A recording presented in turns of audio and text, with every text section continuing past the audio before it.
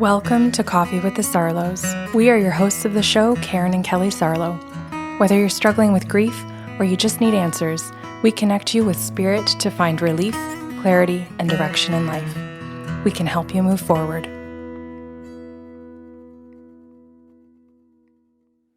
Hello, Kelly. Good morning. Good morning. I've decided to name the client today Jana. And when I went to look up where the name originated, there were so many countries. So it's kind of a nice name because it's known, or it seems to have originated and have different variations, Jovana, all over the place. So this is a made-up name, of course. This is not the client's real name.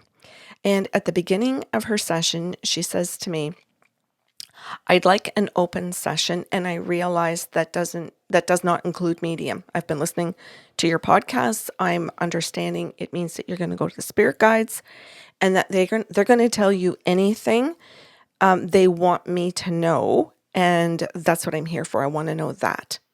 So the spirit guides start and they say that she's trying to be spiritual and that she's got this idea of what is spirituality versus religion. And I said to the guides, how come?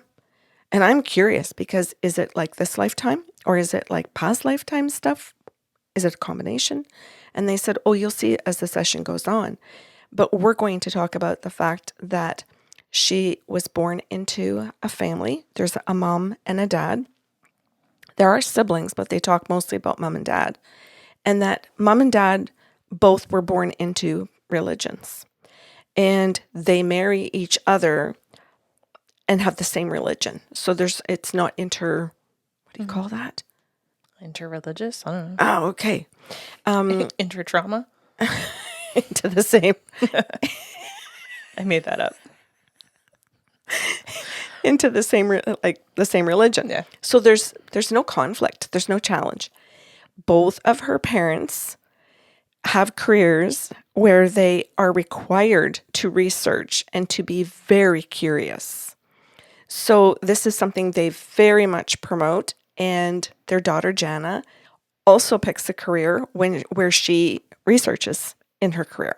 I tell Jana all of that and she goes, yeah, that's really true. That's a big part of my life. Continue. So the guides go on and say how important it is what she decides to research. And the parents don't really realize, they just think she's going to research career things in life, or how to cook a different kind of dinner, or what to do with chicken, or researching things about your home. They don't think that she's going to research the religion that they were both raised in and are still living in. And so while they were full throttle, I feel like this is the equivalent of a parent realizing that their kid is not using the internet for their homework, but to figure out how to build a bomb. And you're like, my child? Right. Uh-oh. Yes. Yeah. Oh is right, because the guides say how angry her parents are and how disrespectful they become of her as a grown adult because she is researching the religion. And how dare you find out the truth? Yeah, they're livid. And I say this to her and she goes, well, this is interesting, she said, because I was hoping at some point in the open session, the guides were going to do the soul contract between my parents and I. Mm. And she says, so basically you're kind of like, you're right in it. So just continue. I really want to know what's going on. And so the guides go on and say that her parents valued the virtues. And I said, okay, but so long as they don't interfere with the religion and what it teaches. So without knowing it, they're in conflict in their religion, but won't research that part because that goes against the religion. She's not so tied to the religion because she's more curious. And she's like, well, no, like I love this research. I love that. I think you skimmed over a very quotable part. She's not so much into the religion because she's curious. Exactly. And how much you can't really stay in a religion, any one religion, I'll say, if you are a curious person. Yeah. And so she like the guides talk to her about her curiosity and how beautiful it is and how really truly innocent she is at her core in the healthiest way, in meaning that her innocence takes her deeper into curiosity about each person as a person. And I think you call that personhood. But anyway, they were talking about like how she's looking to actually live the virtues. And so when she's talking to her parents, she keeps bringing the arguments and the conversations back to a virtue. And every time she brings it to a virtue, her parents shut down the conversation because they get stuck.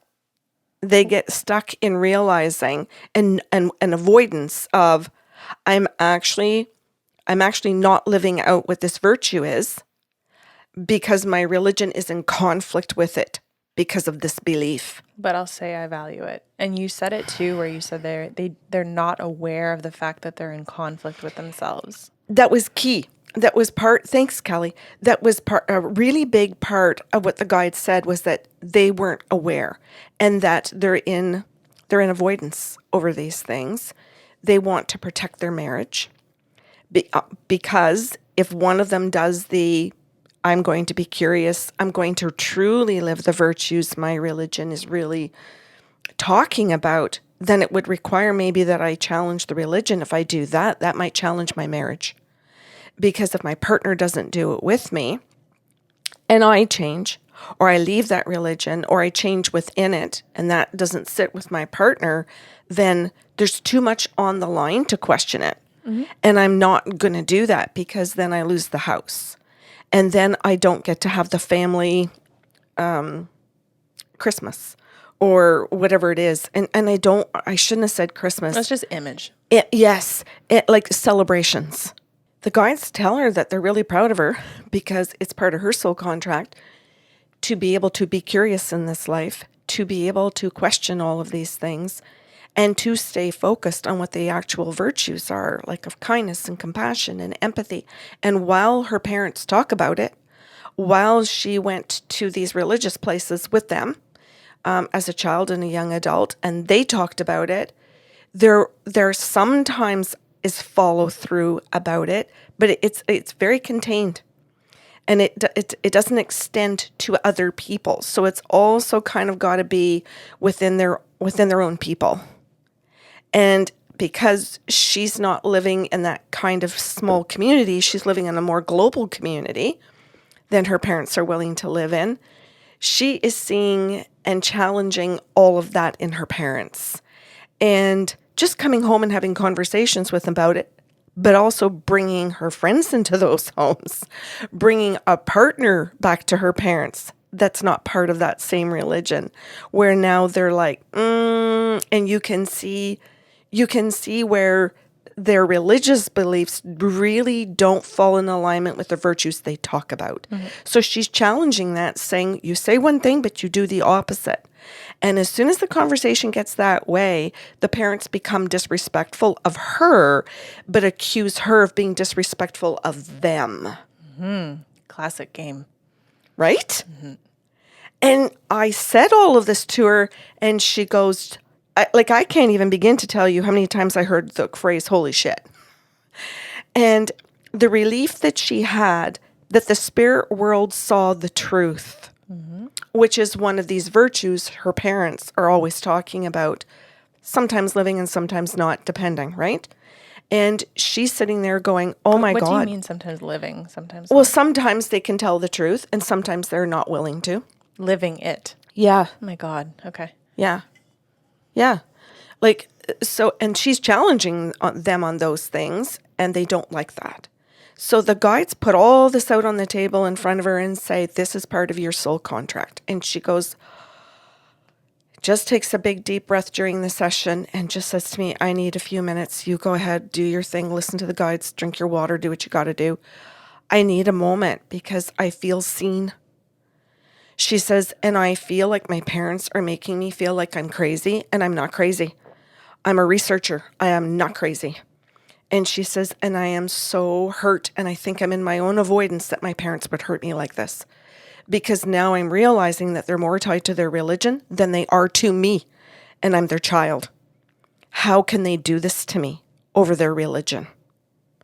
And so she doesn't understand it because she thought that in their religion that you loved your family. So she does not understand what they're doing and the choices they're making. But then when the guides explain it, that they're always in this conflict and that they're used to living in avoidance, then she sits there and goes, okay, now this is making sense. But I didn't want to see that they would do it to me, but I saw them doing it to my friends. I saw them doing it to partners I brought home. I saw them doing it to people in the community, coworkers, in the stories they told. I just didn't want to believe that they would do it to me. I think one of the big things that a lot of people, specifically adults obviously, do not understand is that they were brought into this world as a prop. And we, because we are humans, we assume, like, how could you ever not treat a human kindly? How could you ever have a child and want to hurt them?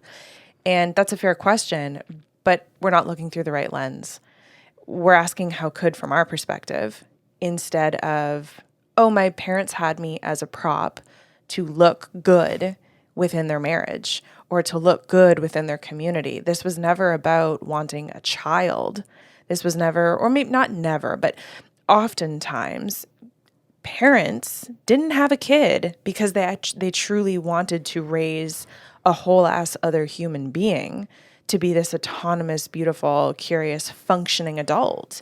And that's what we assume as, individuals that our parents were trying to do. And yet it was not. Kelly, please point out to people too how much the parents may be in their own avoidance and not even really know that they're having children as the prop.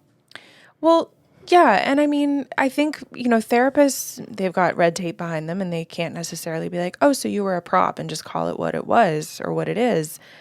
Like, you talk about these two coming from a very religious background. There's a certain level of brainwashing happening here of you will believe what your parents believed. You will believe what the community tells you to believe. And if we also tell you that the stages in life or milestones in life that are worthy of celebrating and, what we're going to deem successful, like, we're going to tell you it's marriage, then it's children, then it's grandchildren, etc. You get tied to this next step that you're supposed to take. And so it's not about a loving intention. It's about, I have to follow rules. It's about, I have to look good. And we can kind of blend those two and you get a weird concoction of what your family looks like, right? And we as individuals, we have certain needs and those needs are not being met when you were brought in as a prop. Thank you. So just going back to that, she said she made some comments to me about it being hard to digest, that and that she needed time because she felt hurt. Yeah. And that in this pain, she's trying to say to her parents, hey, this is painful what you're doing. And they cannot address her pain. Well, and that's honestly, that's fair.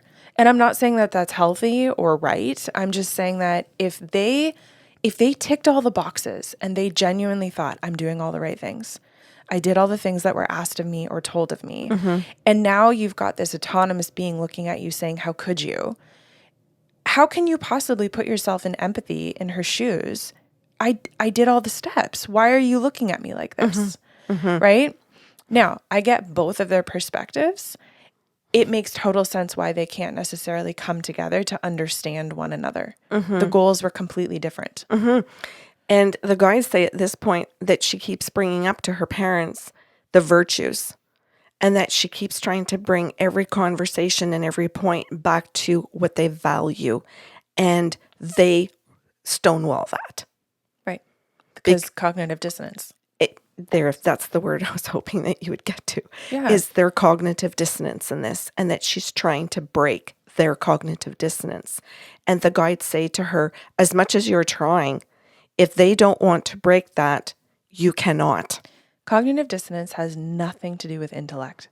And I think this is another wall that we bash our heads against when we are trying to get healthy, is that if I can just explain it to you in a way that you would understand, then of course you would come outside of it. Cognitive dissonance is not about intellect.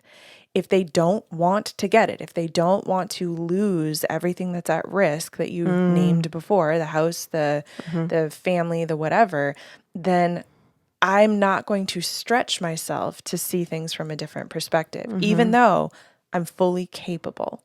Right. And we on the other end that are hurting think, well, I'll just try harder because if only they understood. It's not about understanding. Exactly. So in this conversation, the guides explained to her this brick wall, their lack of understanding, their lack of desire to, their lack of what cognitive dissonance, or not their lack of, pardon me, what cognitive dissonance is for them. And that she's fighting against that and all of these other things that hold all of that together. All the props. Yes. And that it's really not personal. And she sits there and she goes, I have got to wrap my head around this is not personal because this feels personal. I'm their child, even though I'm an adult. It feels massively personal. And I said, yes. And that's where you can go to therapy to deal with the emotions and the feelings where it is personal for you. But the guides are trying to explain that the soul contract here is that your parents have to do their own work. You cannot force them to do the work. And she goes, oh, that's what I needed to hear. I keep thinking it's my responsibility to do this. And she says, like, in order to like save my own image of a family. Right? And then she went, oh, and you can see where she all of a sudden realizes, oh, maybe I have a little bit of what my mom and dad have. And then her partner, her friends are trying to challenge her to say, hey, maybe you have your own cognitive dissonance. Maybe when you break some of that yourself, you'll be able to continue to be the beautiful, curious person who wants to love the whole world instead of what your parents are doing, saying we love people within our religion. And we tolerate the other people, and sometimes we don't even tolerate. And when other people are being treated badly, we turn a blind eye and we let it happen because that's not our business. And she's saying, whoa, that isn't what your religion teaches you. And they're saying, well, this is how we want to interpret what our religion teaches us. Today. Yes. Right now. Yes. And she's saying, no, that's childish behavior. And her parents are fuming because it's like, no, you're our child. You don't get to tell us we're being childish. And so there's these conversations happening that her parents continually bring her to a brick wall. And her partner and her friends are trying to say, you can stand at the brick wall and hit your head. That's your choice. Yeah. Or you can turn yourself around and live your life within those virtues and being the person that you want to be. And that's your purpose. And so she sits and looks at me and she goes, okay. She says, so you're talking about my soul contract with my parents, my soul contract with my partner, with friends, and my own soul contract. And I said, yes. And she goes, oh, this is open. And I said, it is for you right now. Soul like being open can mean a whole bunch of other things as well. She goes, okay. She goes, can you kind of like let all of that go? Is that a thing? And then can you just ask them to go open again? Can I say like hit a Like reset? switch topics kind of? Yes. Yeah. And I said, for sure. So then the guides go into another topic and say to her, hey, like you're in this spiritual, what you're calling being more spiritual, and you're into energy healing. And she goes, yes. She goes, well, that's a great validation. She got really perky because it was like this beautiful validation of being seen by the spirit world. I'm being spiritual and I'm not being religious. And so I'm getting better. And the guide said, you're stuck in a little pattern in there. And she goes, I don't think so. And the guide said, well, you are doing something called, or you're getting stuck in something that's called grounding. And I put that word out for her and she goes, no, that's wrong. She says, I don't know what's going on, Karen. She says, but like, I see energy healers and I do different types of energy healing. And I go to my practitioner and they ground me. Like I go like every month or whenever they call me and tell me I'm not being grounded. Oh, fuck. And I looked at her and I thought, Your oh, pastor might have shit. well called you and been like, hey, you need to come back to confession. Yes, and my red flags are going off because I've been an energy healer for 15 years and more, and I was certified to teach across Canada, and I know damn well you do not treat people that way. So I looked at her and I went, "Oh dear." Red flag. I said, "Okay." I said, "I need to take a time out.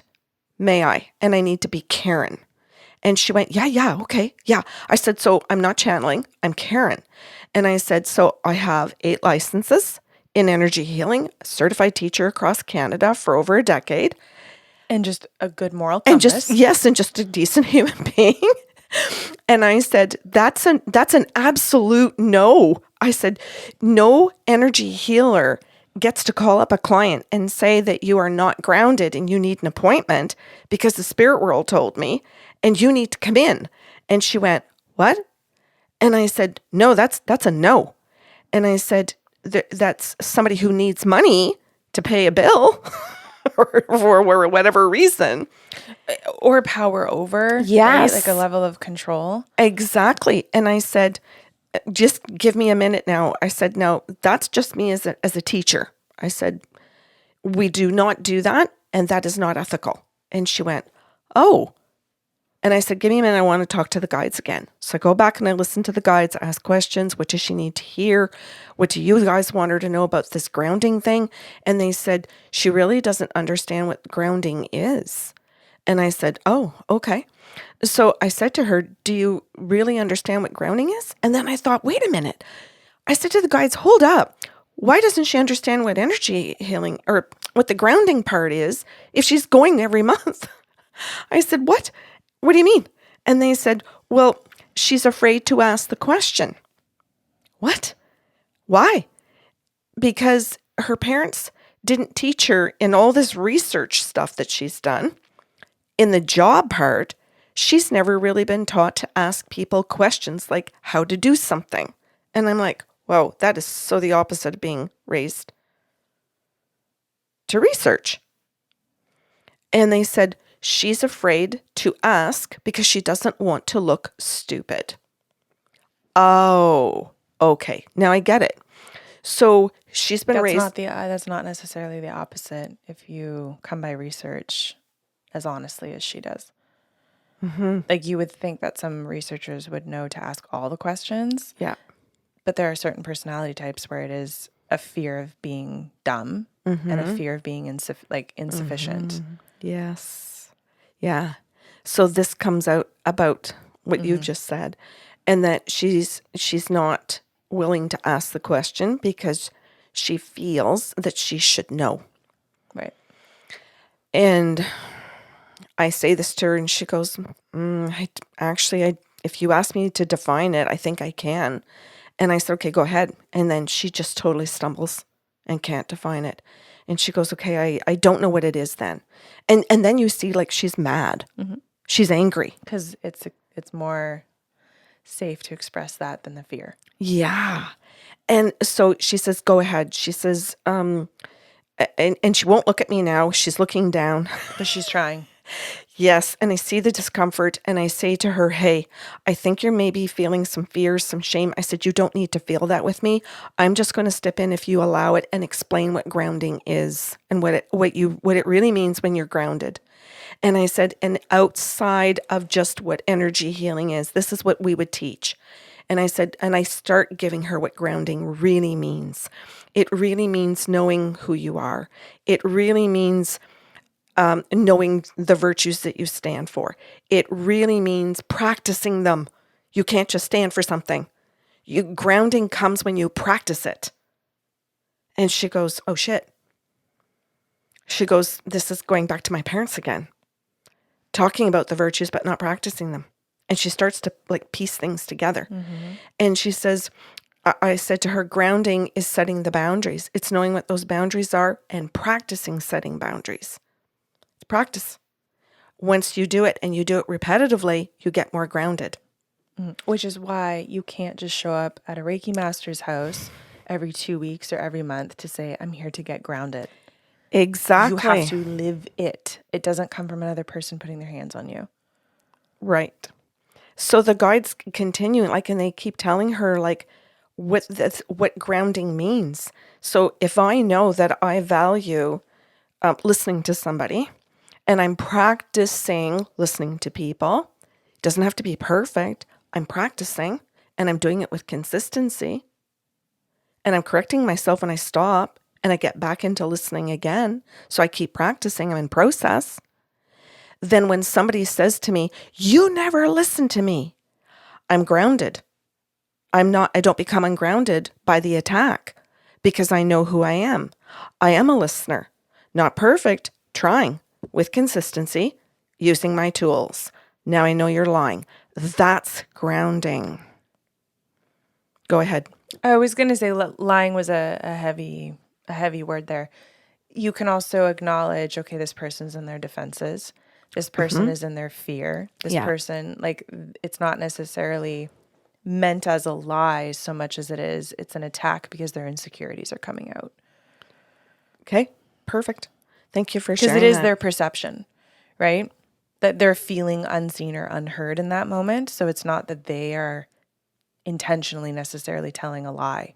Does that make sense? I think it can be both. That's fair. That's fair. It's not Yeah. just one thing is what I was trying to illustrate. That's lovely. That's why I'm saying thank you. It can be a number of things why they're doing it. What I'm trying to say is she can be grounded in knowing her truth. Yeah. And we're just giving the options as to what the other person may be doing and why they're doing it. Grounding is knowing her own truth because she's been living it. And then they went through that there's a whole process of doing something like that. And that grounding is all of those steps and those processes with repetition. And then she sits and looks at me and she goes, "That's the first time," she says, "somebody has told me what grounding is." She said, "Because I've been spending the last several years going to these appointments saying I feel ungrounded, saying I need to be grounded, them doing the energy healing, telling me that they grounded me."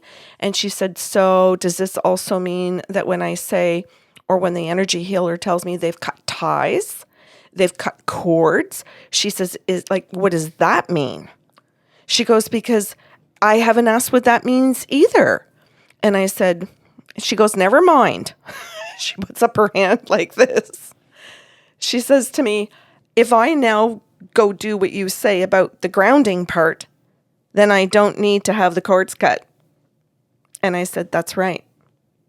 And then when you're autonomous, people don't get to attach these cords to you.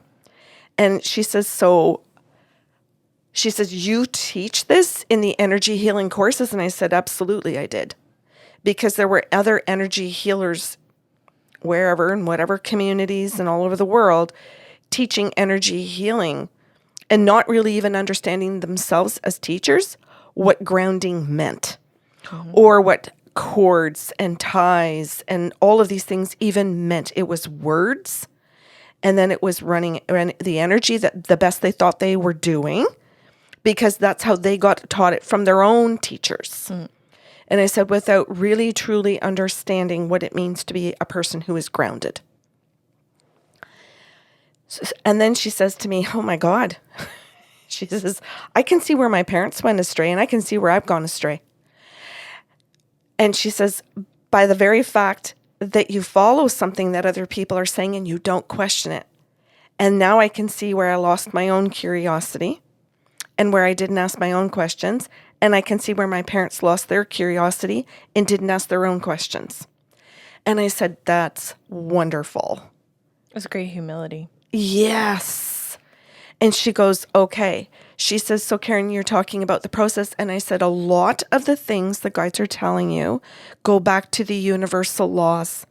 And I said, "I always recommend the book by Dan Millman called The Life You Were Born to Live, where in the last 1/3 of the book, he talks about 15 of the universal laws. It's not perfect. Nobody's perfect when they write these things, or me neither. Nobody's perfect in talking about them, explaining them. But he's one of the healthier people that I've seen try to explain things and be able to put the universal laws together so that people see how they interface." And then she said, "Okay, I think I need that to be able to understand that the grounding is actually a process, not just something you do laying on a table while someone does it for you. And she says, wait a minute. She says, so I wanted someone else to do it for me. And I said, yes. I said, and that was your lack of accountability, your lack of holding yourself accountable to being responsible to do certain things. Those are two of the universal laws. And she goes, I need the book. Yeah. So anyway, this kind of brings us to the end of the story. Her session went on to talk about other things, but these were the two main things I wanted to put together for people today to help them understand one person's experience of struggling with what is it that we choose to believe and how do we go about doing that and how do we remain curious and how important it is to keep that curiosity so that we can keep our humaneness. Is that the right word? Humaneness? Humanness, sure. Humanness? Yeah. Lovely. Thank you. You're welcome. Thank you for listening to Coffee with the Sarlos. If you enjoyed the show today, please be sure to subscribe on your podcast platform and leave a review. New shows will air every other Saturday.